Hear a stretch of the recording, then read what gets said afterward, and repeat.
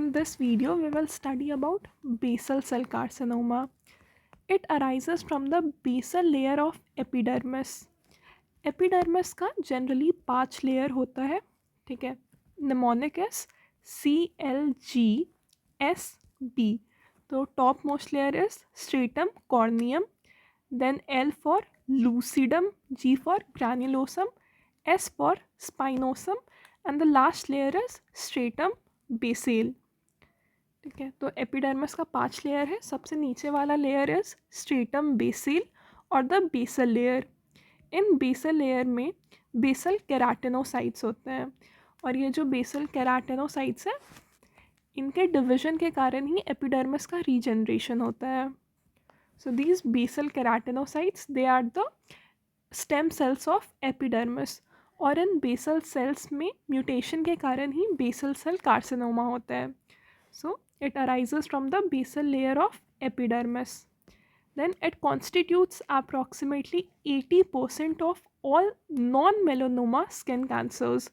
तो skin cancers को basically हम दो वे में डिवाइड करें. एक melanoma. Melanoma is one of the most common skin cancers, and then we have non-melanoma. तो ये जो नॉन मेलेनोमा स्किन कैंसर्स हैं इनमें we have basal cell carcinoma, squamous cell carcinoma, and the rare types are Merkel cell carcinoma and cutaneous lymphoma. तो इसमें जो basal cell carcinoma है इसका फ्रीक्वेंसी 80% है, स्क्वामस सेल कार्सिनोमा का frequency 20%, and these Merkel cell carcinoma या cutaneous lymphoma these are very rare. So this basal cell carcinoma constitute approximately 80% of all non-melanoma skin cancers. Commonly affects individuals aged 40 to 60 years. तो basal cell carcinoma sun exposure के कारण होता है. Sun exposure के कारण DNA damage होगा, and with time ये जो म्यूटेशंस है ये अक्यूमुलेट करते जाएंगे. तो ये जो बेसल सेल कार्सिनोमा होता है ये 40 to 60 ईयर्स ऑफ एज में होता है. जो म्यूटेशंस है सन एक्सपोजर के कारण वो विथ टाइम अक्यूमुलेट कर जाते हैं, एंड मेनली जो इसका फ्रीक्वेंसी है that is in 40 to 60 years of age. It is locally aggressive and it rarely metastasises. Basal cell carcinoma बहुत स्लोली ग्रो करता है और ये अपने लोकल साइट तक ही कन्फाइंड रहता है, और ये बहुत रेयरली इट विल मेटास्टेसाइज. तो इसका जो एबिलिटी है to spread to distant places वो बहुत कम है. So basal cell carcinoma is locally aggressive and it rarely metastasises. बहुत कम इसका चांस है मेटास्टेसाइज करने का. बेसल सेल कार्सिनोमा का जो एडवांस लीशन है, ठीक है, that can ulcerate and can locally invade the underlying structures. ठीक है, जो एडवांस्ड हो गया बहुत टाइम तक है, that can so ulceration. Ulceration means loss of the epidermis and sometimes epidermis, ठीक है, जिसके कारण एक ओपन सोर क्रिएट हो चुका है विच कैन ब्लीड और क्रस्ट. सो एडवांस लीशन में ulcerate and it locally invades the underlying structures जैसे dermis, subcutaneous tissue, cartilage, bones, इन सबको ये लोकली इन्वेड भी कर सकता है. Commonly located on sun-exposed parts of the body, especially the face. तो बेसल सेल कार्सिनोमा जो है वो सन एक्सपोजर के कारण ही होता है, and it is most common on the face. तो सन एक्सपोजर के कारण क्या होता है, specially because of the UVB light, there is mutation in PCTH1 gene. PCTH1 gene it is a tumour separation gene. तो इसमें म्यूटेशन के कारण, इसके लॉस के कारण अनकंट्रोल्ड सेल डिवीजन हो जाता है. ठीक है, और जो सन एक्सपोज एरिया है स्पेशली द फेस, वहाँ पे ये बेसल सेल कार्सिनोमा सबसे कॉमन होता है. इसका अपीयरेंस कैसा है, insidious, painless, non healing ulcer और raised nodule with a central crater. तो ये या तो एक नॉन हीलिंग अल्सर के जैसा दिख सकता है, या it can also appear as a raised nodule containing a central crater. तो अल्सर्स जो होते हैं वो डिप्रेस्ड होते हैं. Ulcer is a depressed lesion. ठीक है, अल्सर में एपिडर्मिस डर्मिस का लॉस हो जाता है तो अल्सर डिप्रेस्ड होते हैं. वहीं ये जो नोड्यूल्स होते हैं these are raised solid masses. तो basal cell carcinoma can either occur as a insidious painless non healing ulcer. Insidious मतलब स्लो ग्रोइंग. ठीक है, ये अपने अर्ली स्टेजेस में अननोटिस्ड होते हैं, ये एडवांस्ड स्टेजेस में ही जाके नोटिसेबल होता है. So basal cell carcinoma is a slow growing tumour. So it appears as insidious painless non-healing ulcer. या it can appear as a raised nodule containing a central crater. मतलब उस raised area के बीच में एक depression हो गया है, रेज्ड नोड्यूल के बीच में there is a depression. So that is known as central crater. ये डिप्रेशन टिश्यू डिस्ट्रक्शन या नेक्रोसिस के कारण हो सकता है. See basal cell carcinoma if not treated properly, या अगर उसका एक्सीजन प्रॉपरली नहीं हुआ तो it can recur. And these recurrent और डीपली इन्फिल्ट्रेटिव ट्यूमर्स, ये कुछ फेशियल नर्व्स और ट्राइजेमिनल नर्व्स के ब्रांचेस को इन्वॉल्व करते हैं. तो ये जो रिकरेंट और डीपली इन्फिल्ट्रेटिव ट्यूमर्स है, these will involve facial nerve and the branches of trigeminal nerve. Pathogenesis of basal cell carcinoma. The risk factors are skin type and degree of exposure to sunlight. तो basal cell carcinoma जो है ये लाइटो, ये fair लोगों में common होते हैं, क्योंकि जो लाइट कलर के इंडिविजुअल्स हैं इनमें मेलेनिन का प्रोडक्शन कम होता है. तो फेयर स्किन वाले लोगों में मेलेनिन का प्रोडक्शन कम होता है, और ये जो मेलेनिन है ये यूवी रेडिएशन से प्रोटेक्ट करता है. ठीक है, तो as compare to the darker individuals, basal cell carcinoma का risk is more in the fair skin people. And it also depends on the degree of exposure of sunlight, particularly the UVB radiation. ये जो UVB radiation है इनका energy बहुत high होता है, तो ये डायरेक्टली DNA को डैमेज करते हैं and they causes the mutation in PTCH1 gene. So पहला रिस्क फैक्टर था skin type. Basal cell carcinoma is more common in light skin people और फेयर स्किन पीपल, क्योंकि उनमें मेलेनिन का प्रोडक्शन कम होता है. मेलेनिन जो होता है वो UV रेडिएशन से प्रोटेक्ट करता है, तो अगर मेलेनिन कम होगा तो BCC का रिस्क ज़्यादा होगा. And then it depends on the exposure of sunlight, particularly the UVB radiations. UVB radiation DNA को डैमेज करते हैं, जिसके कारण PTCH1 जीन और P53 में म्यूटेशंस होते हैं. The full form of PTCH gene is protein patched homolog 1. See, the full form of PTCH gene is protein patched homolog 1. Yeah. PTCH1, it is a tumor suppressor gene that regulates the hedgehog signaling pathway. Okay, तो इस tumour suppressor gene के कारण cell growth और differentiation control होता है. So when it is mutated it leads to uncontrolled activation of the path, जिसके कारण बहुत ज़्यादा सेल डिविजन होता है, एबनॉर्मल ग्रोथ होता है, and that leads to basal cell carcinoma.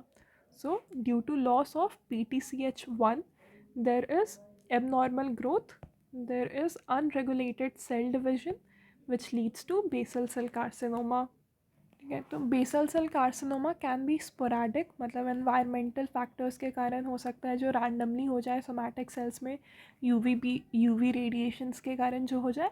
And inherited form, जैसे कि बहुत सारे जेनेटिक सिंड्रोम्स होते हैं विच आर इन्वॉल्विंग BCC, जैसे कि गॉल्डन सिंड्रोम हो गया, nevoid basal cell Gorlin syndrome हो गया. ठीक है, तो BCCs कैन बी स्पोराडिक और इनहेरिटेड.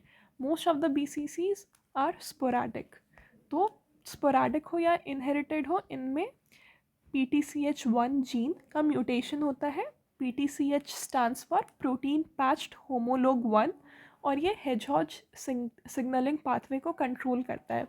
तो इसके लॉस के कारण there is constitutive activation of SMO and GLI1. Constitutive activation का मतलब ये हमेशा it will be permanently on, इसको किसी सिग्नल का ज़रूरत नहीं होगा, it will be permanently on. वो जो हेजहॉग सिग्नलिंग पाथवे है it will be permanently activated, it will not be dependent on any sort of signal for being activated. ठीक है, SMO एक रिसेप्टर लाइक प्रोटीन है जो हेजहॉग सिग्नल को downstream propagate करता है, और SMO के कारण ये GLI1 जो है ये एक्टिवेट होता है. GLI1 is a transcription factor which is activated by SMO. और इनके एक्टिवेशन के कारण, कॉन्स्टिट्यूटिव एक्टिवेशन के कारण अनरेगुलेटेड सेल डिविजन होता है which leads to abnormal growth, that is basal cell carcinoma. और 40 to 60% बेसल सेल कार्सिनोमास में P53 का म्यूटेशन भी इन्वॉल्व रहता है. सो रिस्क फैक्टर्स थे स्किन टाइप, लाइटर स्किन में कॉमन है, and then degree of exposure to sunlight specially the UVB radiations. इसके कारण लॉस ऑफ PTCH फंक्शन होता है, that is protein patched homolog 1. There will be constitutive activation of SMO and GLI1. This leads to unregulated cell division, which leads to abnormal growth, that is basal cell carcinoma. और 40 to 60% basal cell carcinoma में P53 का mutation भी मिलता है. Genetic syndromes involving BCC. The first genetic syndrome is xeroderma pigmentosa. Xeroderma pigmentosa ये एक autosomal recessive disorder है. ठीक है, it is a autosomal recessive disorder. इसमें DNA रिपेयर मैकेनिज्म में डिफेक्ट होता है जिसके कारण there is hyper sensitivity to UV radiation. Xeroderma का मतलब क्या है? Dry scaly skin. ठीक है, तो जिन पेशेंट्स में जीरोडर्मा पिगमेंटोसा है जिसमें ये कंडीशंस है, they will have dry scaly skin. ठीक है, and pigmentosa refers to that ये जो भी इंडिविजुअल्स होंगे जिनमें ये होगा उनका जो स्किन होगा उसमें एबनॉर्मल पिगमेंटेशन होगा. हाइपर पिगमेंटेशन भी हो सकता है, हाइपर पिगमेंटेशन भी हो सकता है. ठीक है, तो जीरोडर्मा पिगमेंटोसा, जीरोडर्मा मतलब ड्राई स्केली लीशन, पिगमेंटोसा मतलब एबनॉर्मल पिगमेंटेशन. ठीक है, तो UV रेडिएशन के एक्सपोजर के कारण ही स्किन पे जो पिगमेंटेशन है that will be abnormal. Freckles होंगे, कहीं पे हाइपर पिगमेंटेशन होगा, कहीं पे लो पिगमेंटेशन होगा. ठीक है, and these people are hyper sensitive to UV radiations. मतलब small amount of UV radiation के कारण भी इनके स्किन पे skin burn, sun burn, skin damage, DNA mutation हो सकता है because there is a defect in DNA repair mechanism. Normal individuals में क्या होता है, ये UV रेडिएशंस के कारण पायरिमिडीन डाइमर्स बनते हैं, फिर वो न्यूक्लियोटाइड एक्सीजन रिपेयर पाथवे से ठीक भी हो जाते हैं. नॉर्मल इंडिविजुअल्स में UV रेडिएशन के कारण पायरिमिडीन डाइमर्स बनेंगे. ठीक है, और ये जो डाइमर्स हैं ये करेक्ट भी हो जाएंगे by nucleotide excision repair pathway. But xeroderma pigmentosa वाले इंडिविजुअल्स में ये जो पाथवे है, एक्सीजन रिपेयर पाथवे है, इट इज़ डिफेक्टिव. तो उसके कारण जो DNA में डैमेज होता है दैट इज़ नॉट रिपेयर्ड. और इन इंडिविजुअल्स में BCC, SCC और मेलानोमा जैसे क्यूटेनियस कैंसर्स का रिस्क रहता है. ठीक है, तो जीरोडर्मा पिगमेंटोसा ये ऑटोसोमल रिसेसिव डिसऑर्डर है. इसमें UV रेडिएशन से हाइपर सेंसिटिविटी रिएक्शन होता है and there is a defect in DNA repair mechanism, that is the nucleotide excision repair mechanism, and this predisposes to cutaneous cancers like BCC, basal cell carcinoma, squamous cell carcinoma, SCC and melanoma. The second syndrome is Gordon syndrome or nevoid basal cell syndrome. The second syndrome is nevoid basal cell or Gordon syndrome. सो नेवॉइड का मतलब होता है nevus like. तो इसमें जो basal cell carcinomas होते हैं वो मोल के जैसे दिखते हैं. ठीक है, मोल या नेवस के जैसे दिखते हैं. So naevoid basal cell syndrome का दूसरा नाम है गॉर्डन सिंड्रोम. ठीक है, Gordon because it was named after doctor Robert Gordon who described this syndrome. And naevoid basal cell या गॉर्डन सिंड्रोम ये एक ऑटोजोमल डोमिनेंट डिसऑर्डर है. ठीक है, इसके हॉलमार्क्स क्या है? There will be multiple basal cell carcinomas, odontogenic keratocytes. इसमें काफ़ी स्केलेटल एबनॉर्मैलिटीज़, न्यूरोलॉजिकल एबनॉर्मैलिटीज़ होती हैं जैसे कि calcification of falx cerebri and there are rib abnormalities. ठीक है, तो मल्टीपल बेसल सेल कार्सिनोमा होते हैं इसमें जो सन एक्सपोज्ड एरियाज़ होंगे जैसे कि फेस, नेक, चेस्ट, वहाँ पे जो बेसल सेल कार्सिनोमास होंगे they will be highly concentrated and this occurrence is due to the mutation in PTCH1 gene. So PTCH1 gene के म्यूटेशन के कारण ही ये मल्टीपल बेसल सेल कार्सिनोमास होते हैं इसमें. Then the next hallmark is odontogenic keratocytes. ठीक है, ये ओडोंटोजेनिक केराटोसाइट्स, केराटोसिस्ट, ये बेनाइन सिस्टिक ट्यूमर्स हैं जो कि डेंटल लैमिना से अराइज होती हैं. ठीक है, ये डेंटल लैमिना क्या है? Dental lamina it is a structure in the tooth development. So odontogenic keratocyst it is a benign cystic tumour जो कि डेंटल लैमिना के रेमनेंट से अराइज होता है. And because they are lined by keratinized epithelium, that's why it is known as keratocyst. और इस syndrome में जो कैल्शियम है उसके कैल्शियम मेटाबॉलिज्म का डिसरेगुलेशन होता है, तो उसके कारण you will see calcification of falx cerebri. Falx cerebri ये ब्रेन के दोनों हेमिस्फीयर्स के बीच में लोकेटेड होता है and it provide structural support and separates the right and the left cerebral hemisphere. तो फाल्क सेरिब्राई में कैल्शियम का डिपोजिशन हो जाता है. And the next feature is rib abnormalities. तो नेवॉइड बेसल सेल या गॉर्डन सिंड्रोम में, ये तो एक ऑटोसोमल डोमिनेंट डिसऑर्डर है, इसमें मल्टीपल BCCs मिलते हैं, इसमें ओडोंटोजेनिक केराटोसिस्ट मिलेंगे. There will be calcification of falx cerebri and rib abnormalities are seen. The next syndrome is epidermodysplasia verruciformis. Epidermo refers to epidermis and dysplasia refers to abnormal growth. So epidermodysplasia means abnormal growth of epidermis, and verruciformis. In this, verruca means what and formis means form or shape.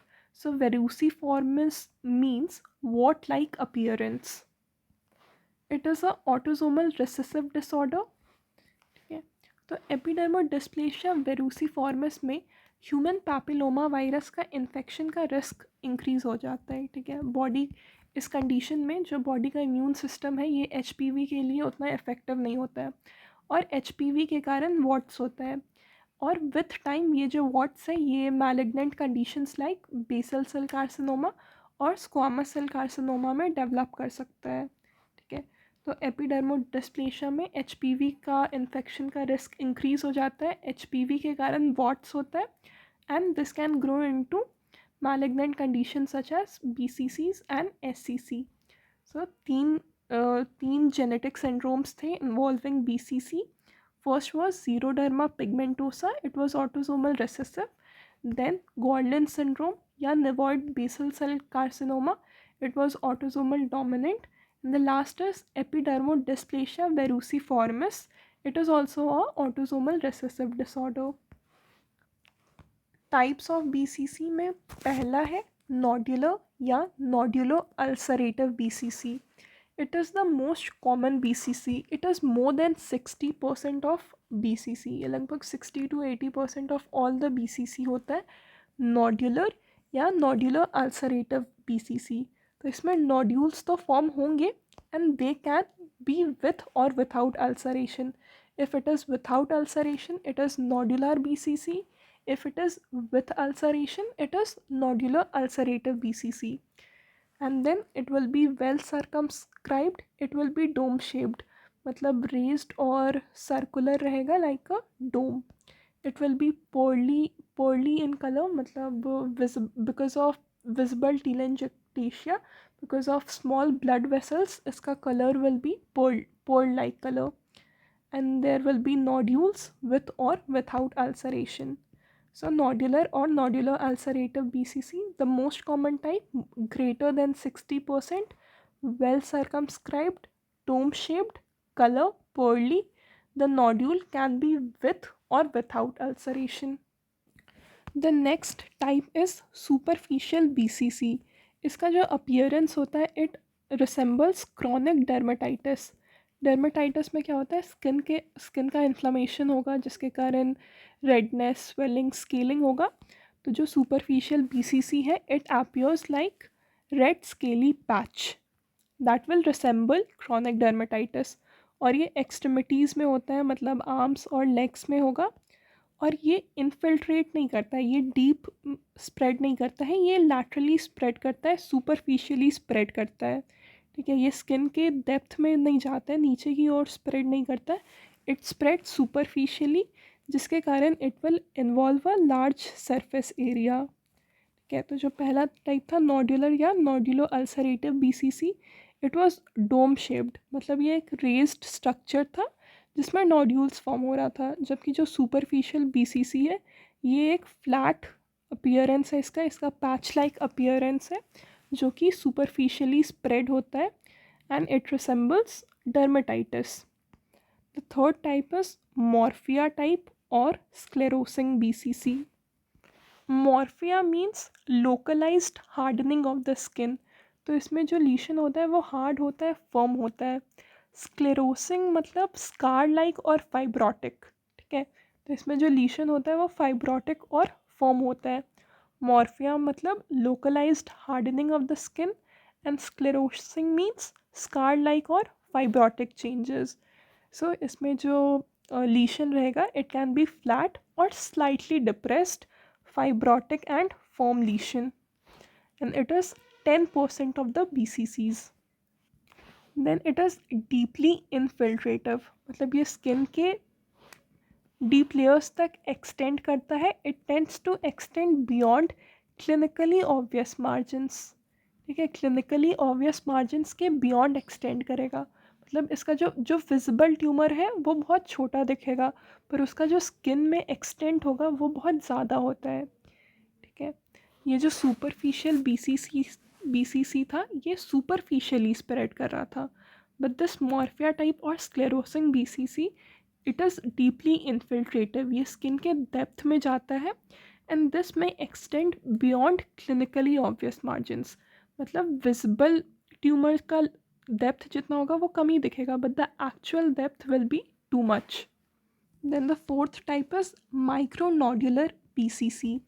It manifests plaque-like indurated lesion with poorly demarcated contours. ठीक है, तो ये जो micronodular lesion है, it will appear plaque-like, मतलब plaque-like means a raised flat area, एक broad flat lesion होगा।